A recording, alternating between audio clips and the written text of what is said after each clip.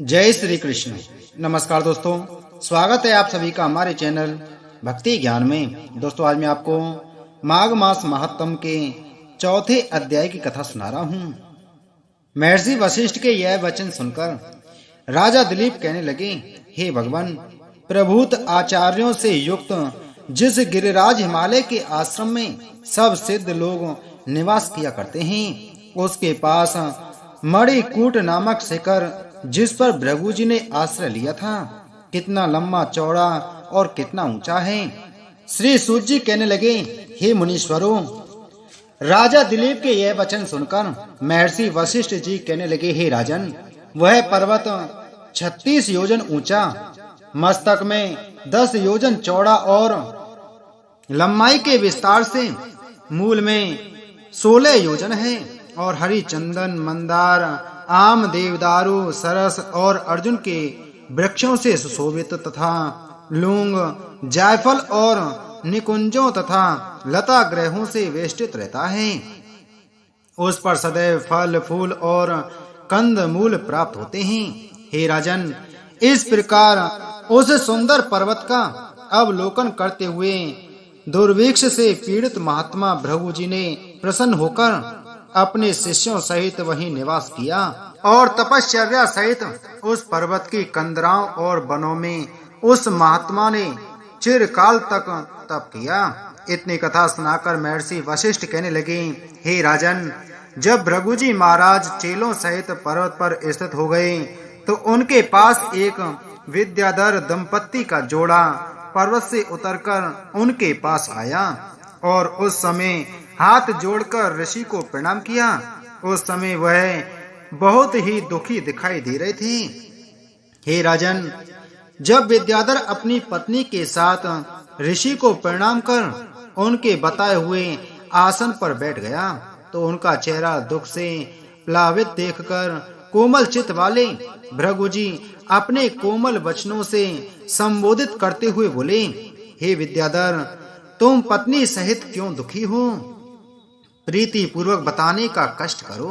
महर्षि भृगु जी के यह वचन सुनकर विद्याधर विनय पूर्वक कहने लगा, हे परम तपस्वी, यद्यपि मैंने पुण्य कर्मों के प्रताप से देव योनि पाई है, परंतु यह मुझे ज्ञात नहीं है कि किस पाप कर्म के प्रभाव से मेरा मुख व्याघ्र के समान कुरूप हो गया है।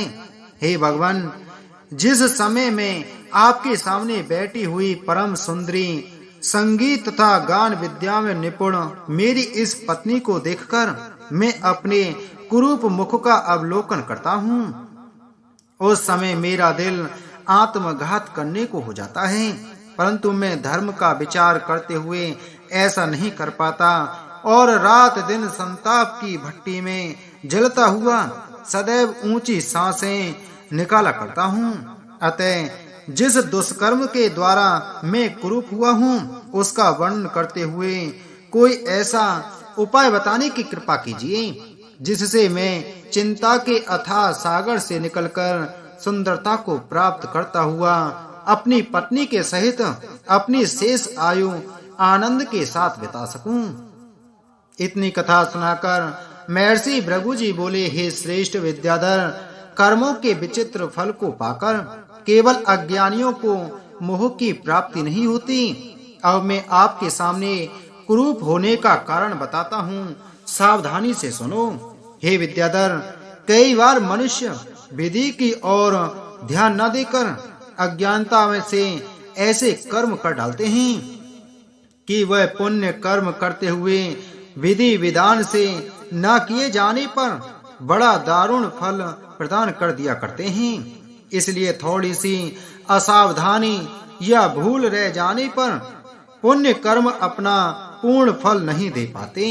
अतः मनुष्य को चाहिए कि वह विधि विधान से ही पुण्य कर्मों के करने का प्रयत्न करे, जिससे वह पुण्य फलों को संपूर्ण प्रकार से प्राप्त कर सके। क्योंकि तुमने भगवत भजन और एकादशी का व्रत आदि करते हुए दान पुण्य भली प्रकार से किए, इसलिए तुम्हें स्वर्ग की प्राप्ति होकर श्रेष्ठ देव योनि प्राप्त हुई।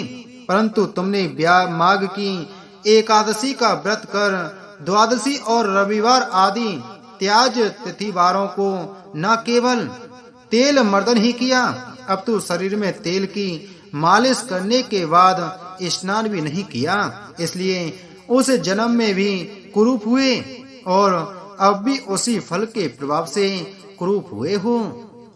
हे विद्याधर, तुम्हारी ही तरह राजा पुरूरवा ने भी द्वादशी आदि त्याज तिथिवारों में तेल मर्दन करते हुए स्नान नहीं किया था, तो इस दोष के कारण न केवल उसका मुख ही नहीं अपितु उसका तमाम शरीर कुरूप हो गया था। तत्पश्चात जब राजा ने अपना शरीर बहुत ही कुरूप होते हुए देखा तो उसके चित्त को बड़ा भारी खेद हुआ और अंत में वह लज्जित होकर उग्र तप करने के लिए गिरिराज के निकट सरोवर तट पर चला गया और वहां जाकर स्नान किया, फिर तमाम वस्त्रों को धोकर निर्मल किया। इसके बाद कुशासन पर विराजमान होकर भगवान विष्णु के चरण कमलों के ध्यान में मग्न हो गया। हे विद्याधर, इस तरह जब राजा को निराहार रहते हुए 3 महीने व्यतीत हो चुके तो भगवान विष्णु अपने भक्त की भक्ति से प्रभावित होकर राजा को दर्शन देते हुए कहने लगे, हे राजन, तुमने न केवल अब ही मेरा ध्यान किया है परंतु लगातार 7 जन्मों से तुम मेरा ध्यान करते हुए आ रहे हो, इसलिए मैं तुम पर बहुत प्रसन्न हूँ। इच्छा हो सो वरदान मांगो।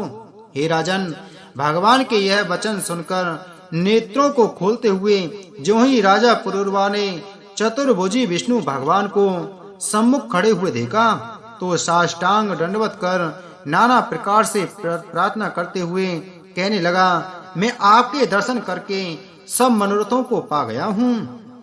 मैं केवल आपसे यही वरदान मांगता हूँ कि आपकी अनुपम भक्ति सदा मुझ में बनी रहे। राजा के यह प्रीति भरे वचन सुनकर भगवान पुलकित हो गए। इसके बाद जो ही उन्होंने अपने शंख के जल द्वारा राजा के शरीर पर छींटे मारे तो राजा का शरीर कंचन के समान दिव्य रूप हो गया और उनकी सुंदरता देखकर अप्सराएं भी उसकी चाह करने लग गईं। हे विद्याधर, इस प्रकार राजा को शिक्षा देकर भगवान अंतर्ध्यान हो गए और राजा पुरूरवा दिव्य शरीर पाकर और भगवान की शिक्षा को मन में रखकर आनंद में मग्न होता हुआ अपनी नगरी को चला गया। वहां जाकर भगवान की पूजा में तत्पर रहता हुआ निष्कंटक राज्य करने लगा।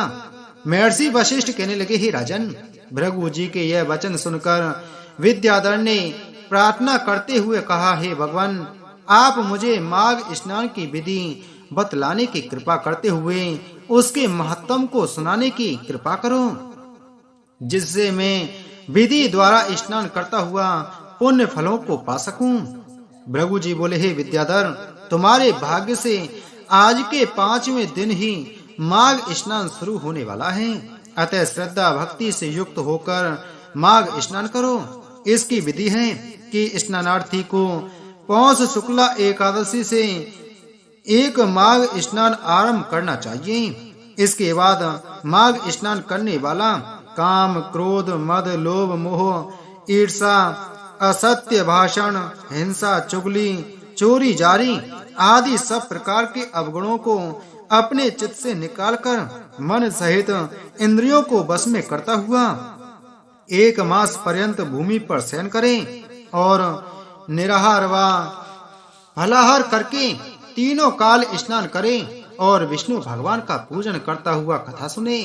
महर्षि वशिष्ठ जी कहने लगे, हे राजन, भृगु जी के यह वचन सुनकर विद्याधर पूछने लगे, हे भगवान, जिस आदमी में 1 महीने तक निराहार रहने की शक्ति नहीं, उसके लिए फलाहार भी दुर्लभ हो, वह तब स्नान का फल कैसे पा सकेगा?